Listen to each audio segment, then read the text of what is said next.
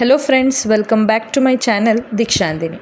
ಇವತ್ತು ತುಂಬ ಟೇಸ್ಟಿಯಾಗಿ ಹೋಟೆಲ್ ಸ್ಟೈಲ್ನಲ್ಲಿ ಚೋಲೆ ಭಟೂರೆನ ಸಿಂಪಲ್ ಸ್ಟೆಪ್ಸಲ್ಲಿ ಮಾಡೋಣ ಬನ್ನಿ.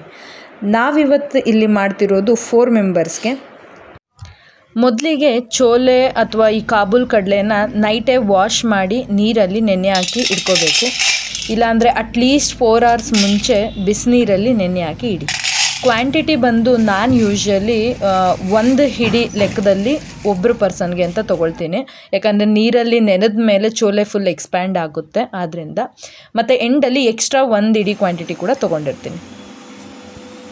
ಇವಾಗ ನೆಂದಿರೋ ಚೋಲೆನ ಕುಕ್ಕರಲ್ಲಿ ಸ್ವಲ್ಪ ನೀರು, ಸ್ವಲ್ಪ ರುಚಿಗೆ ತಕ್ಕಷ್ಟು ಸಾಲ್ಟು ಹಾಕಿ ಬೇಯೋಕೆ ಇಟ್ಟಿದ್ದೀನಿ. ಇದು ಒಂದು 6 ವಿಷಲ್ಸ್ ಬಂದರೆ ಸಾಕು. ಇದು ಬಿಸಿ ಆಗಬೇಕಾದ್ರೇ ನಾವೀಗ ಕ್ವಿಕ್ಕಾಗಿ ಮಸಾಲ ಐಟಮ್ಸ್ ರೆಡಿ ಮಾಡ್ಕೊಳ್ಳೋಣ. First medium size 5 tomato. ನಾನು ಆಲ್ರೆಡಿ 2 ಟೊಮ್ಯಾಟೊನ ಜಾರಲ್ಲಿ ಹಾಕಿದ್ದೀನಿ. 2 ಮೀಡಿಯಮ್ ಸೈಜ್ ಆನಿಯನ್, 1 ಗೆಡ್ಡೆ ಫುಲ್ ಗಾರ್ಲಿಕ್ನ ಕ್ಲೀನ್ ಮಾಡಿ ದಪ್ಪದಾಗಿ ಕಟ್ ಮಾಡಿ ಮಿಕ್ಸಿ ಜಾರ್ಗೆ ಹಾಕಿ ಪೇಸ್ಟ್ ಮಾಡ್ಕೊಳ್ಳೋಣ. ಇದು ಡೈರೆಕ್ಟ್ ಪೇಸ್ಟ್ ಮಾಡಬೇಕಾಗಿರೋದ್ರಿಂದ ಏನು ಸಣ್ಣದಾಗಿ ಕಟ್ ಮಾಡಬೇಕು ಅಂತೇನಿಲ್ಲ.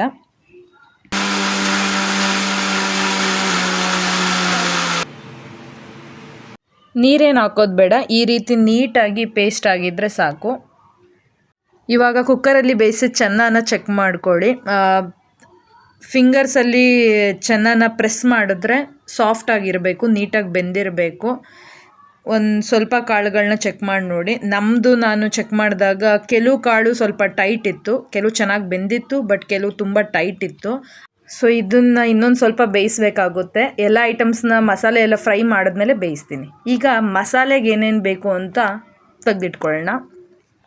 ನಮಗೆ ಬೇಕಾಗಿರೋ ಫ್ರೈ ಐಟಮ್ಸ್ ಬಂದುಬಿಟ್ಟು ಲವಂಗ 5 ಪೀಸ್, ಮರಾಠಿ ಮೊಗ್ಗು 1, ಪುಲಾವ್ ಎಲೆ 2, ಏಲಕ್ಕಿ 2, ರೋಸ್ಟೆಡ್ ಪೌಡರ್ ಜೀರಾ 1 spoon, chilli powder 1 spoon, dry mango powder 1 spoon, garam masala 1 spoon, ಸ್ವಲ್ಪ ಪಿಂಕ್ ಸಾಲ್ಟ್ ತೊಗೊಂಡಿದ್ದೀವಿ, ಇಲ್ಲ ಅಂದರೆ ನೀವು ನಾರ್ಮಲ್ ವೈಟ್ ಸಾಲ್ಟ್ ಕೂಡ ಯೂಸ್ ಮಾಡ್ಬೋದು.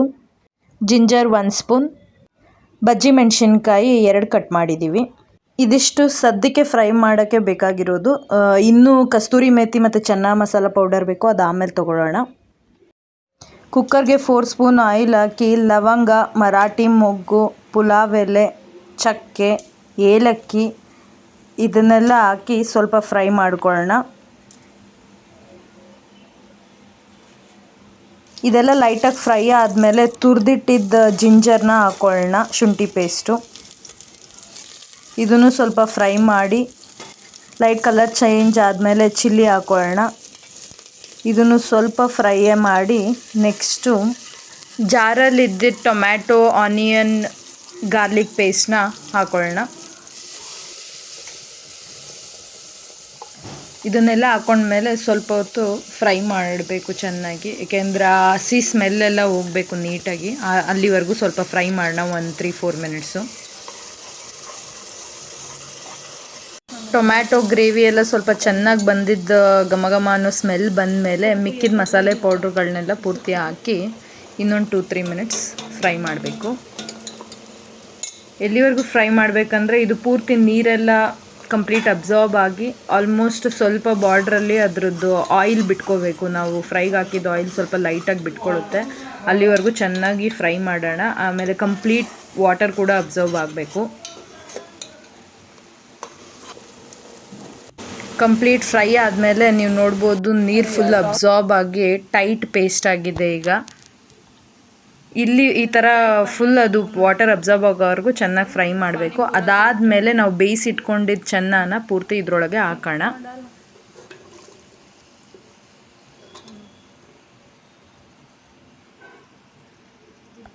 ನೆಕ್ಸ್ಟ್ ಇದಕ್ಕೆ ವಾಟರ್ ಆ್ಯಡ್ ಮಾಡಬೇಕು. ವಾಟರ್ ಕ್ವಾಂಟಿಟಿ ಹೇಗೆ ಅಂದರೆ ಚೆನ್ನ ಪೂರ್ತಿ ನೀರಲ್ಲಿ ಮುಳುಗಬೇಕು, ಒಂದು ಸ್ವಲ್ಪ ಮಾತ್ರ ಮೇಲೆ ಬರಬೇಕು, ಅಲ್ಲಿವರೆಗೂ ನೀರನ್ನ ಆ್ಯಡ್ ಮಾಡ್ಬೋದು.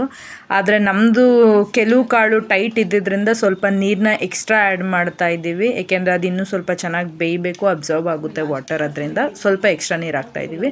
ಇಲ್ಲ ಆಲ್ರೆಡಿ ಚೆನ್ನಾಗಿ ಬೆಂದಿದೆ ಅಂದರೆ ಅದು ಮುಳುಗೋ ಅಷ್ಟು ನೀರು ಹಾಕಿದ್ರೆ ಸಾಕು. ಸ್ವಲ್ಪ ಸಾಲ್ಟ್ ಕಮ್ಮಿ ಅನ್ನಿಸ್ತು, ಅದರಿಂದ ಇನ್ನೊಂದು ಸ್ವಲ್ಪ ಸಾಲ್ಟ್ ಆ್ಯಡ್ ಮಾಡಿಕೊಂಡು, ಆಮೇಲೆ ನಮ್ಮದು ಕೆಲವು ಕಾಳು ಟೈಟ್ ಇದ್ದಿದ್ದರಿಂದನೇ ನಾವು ಮತ್ತೆ ಕುಕ್ಕರಲ್ಲಿ ಇದನ್ನು ಫ್ರೈ ಮಾಡಿದ್ದು. ಇವಾಗ ಕುಕ್ಕರಲ್ಲಿಟ್ಟು ಒಂದು ಎಕ್ಸ್ಟ್ರಾ 2 ವಿಷಲ್ಸ್ ಹಾಕ್ಸ್ತಾ ಇದ್ದೀನಿ.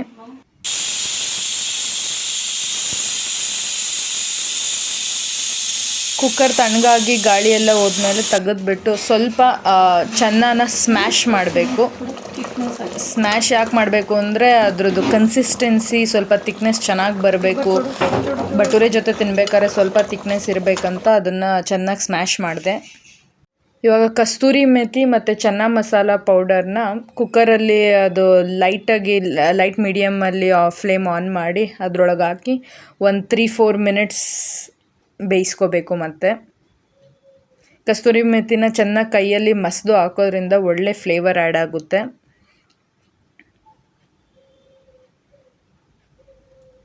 ಚೆನ್ನ ಮಸಾಲ ಪೌಡರ್ ಕೂಡ ಅದರದ್ದು ಫ್ಲೇವರ್ ಸ್ವಲ್ಪ ಚೆನ್ನಾಗಿ ಬರುತ್ತೆ ಅಂತ ಅದನ್ನು ಅಡಿಷ್ನಲಾಗಿ ಹಾಕಿದ್ದೀವಿ. ಇದನ್ನು ಒಂದು 3-4 ಮಿನಿಟ್ಸ್ ಅಥವಾ ಒಂದು 2-3 ಮಿನಿಟ್ಸ್ ಬೇಯಿಸಿ ಅದಾದಮೇಲೆ ಹುಳಿ ಫ್ಲೇವರ್ಗೆ ನಾನಿಲ್ಲಿ ನಿಂಬೆಹಣ್ಣು ರಸ ಹಾಕ್ಕೊಳ್ತಾ ಇದ್ದೀನಿ, ಒಂದು 4-5 ಸ್ಪೂನು. ಇಲ್ಲಾಂದರೆ ನೀವು ಹುಣಸೆ ಹುಳಿ ಕೂಡ ಬಿಟ್ಕೋಬೋದು, ಎರಡರಲ್ಲಿ ಯಾವ್ದು ಬೇಕಾದ್ರೂ ಹಾಕ್ಕೋಬೋದು. ನಂದು ಹುಣಸೆ ಹುಳಿ ರೆಡಿ ಇಲ್ಲದೆ ಇದ್ರಿಂದ ಇನ್ಸ್ಟೆಂಟಾಗಿ ನಿಂಬೆಹಣ್ಣು ಜ್ಯೂಸ್ ಹಾಕ್ಕೊಂಡಿದ್ದೀನಿ. ಇದೊಂದು ಸ್ವಲ್ಪ ಕುದಿ ಬರಬೇಕು. ಘಮ ಘಮ ಅನ್ನೋ ಚೋಲೆ ನೋಡ್ಬೋದು ನೀವು, ಫುಲ್ಲು ಟೇಸ್ಟಿ ಚೋಲೆ ರೆಡಿ ಇದೆ ಆಲ್ರೆಡಿ. ಈಗ ನಾವು ಕ್ವಿಕ್ಕಾಗಿ ಭಟೂರೆಗೆ ರೆಡಿ ಮಾಡ್ಕೊಳ್ಳೋಣ.